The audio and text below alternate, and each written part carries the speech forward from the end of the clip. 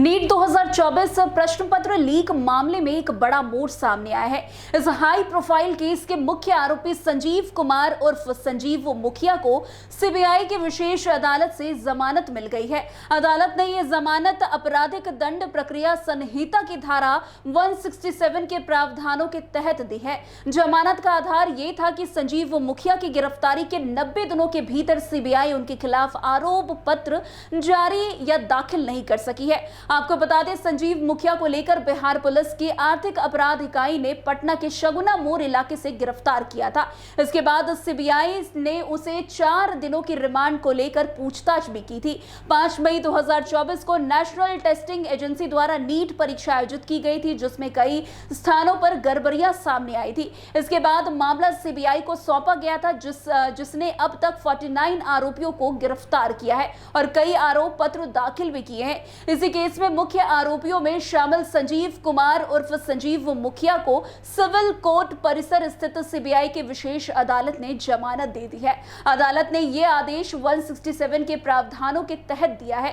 संजीव मुखिया की ओर से अदालत में दलील दी गई कि उनकी गिरफ्तारी के बाद विधि द्वारा निर्धारित 90 दिनों की अवधि बीत जाने के बावजूद सीबीआई ने उनके खिलाफ आरोप पत्र दाखिल ही नहीं किया है। अदालत में दोनों पक्ष अभियोजन और संजीव मुखिया के वकीलों की लंबी सुनवाई हुई। न्यायाधीश ने तथ्यों और कानूनी प्रावधानों पर विचार करने के बाद धारा 167 के तहत जमानत देने का बड़ा निर्णय सुनाया। 1 जुलाई 2024 को सबसे पहले शास्त्री नगर थाना द्वारा गिरफ्तार किए गए 13 आरोपियों के खिलाफ प्रारंभिक आरोप पत्र दाखिल किया गया था। 19 सितंबर 2024 को 6 अतिरिक्त आरोपियों के खिलाफ पूरक आरोप पत्र दाखिल किया गया था। वहीं 7 अक्टूबर 2024 को जेल में बंद 21 आरोपियों के खिलाफ दूसरा आरोप पत्र दाखिल किया गया था। 7 नवंबर 2024 को एक और आरोपी के खिलाफ तीसरा आरोप पत्र दाखिल किया गया।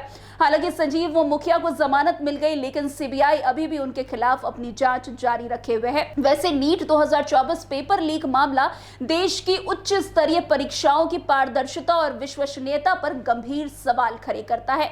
वैसे संजीव मुखिया को मिली जमानत तकनीकी आधार पर भले ही मिली हो, लेकिन इससे पूरे केस की गंभीरता कम नहीं होती। सीबीआई की जांच अभी पूरी नहीं हुई है और आने वाले समय में और भी कई खुलासे संभव है। नीट जैसे इतने बड़े पेपर में धांधली का आरोप जिन पर लगा, अब उनको जो है जमानत दे दी गई है। जिस तरीके से अब संजीव मुखिया को जमानत दी गई है, उसके बाद आने वाले समय में क्या कुछ जो है बच्चों के द्वारा जो जिनका नीट पेपर में धांधली किया गया, उस पर क्या कुछ रिएक्शन आता है, ये देखना भी काफी दिलचस्प होगा। लेकिन जिस तरीके से संजीव मुखिया को अब जमानत मिली है, वो कहीं ना कहीं जो है बहुत लोगों की चिंता बढ़ाने वाला है। तो आज की इस खबर में बस इतना ही। अन्य खबरों में हमारे साथ ऐसे आगे बने रहें और देखते रहे। तब तक के लिए NBC 24। धन्यवाद।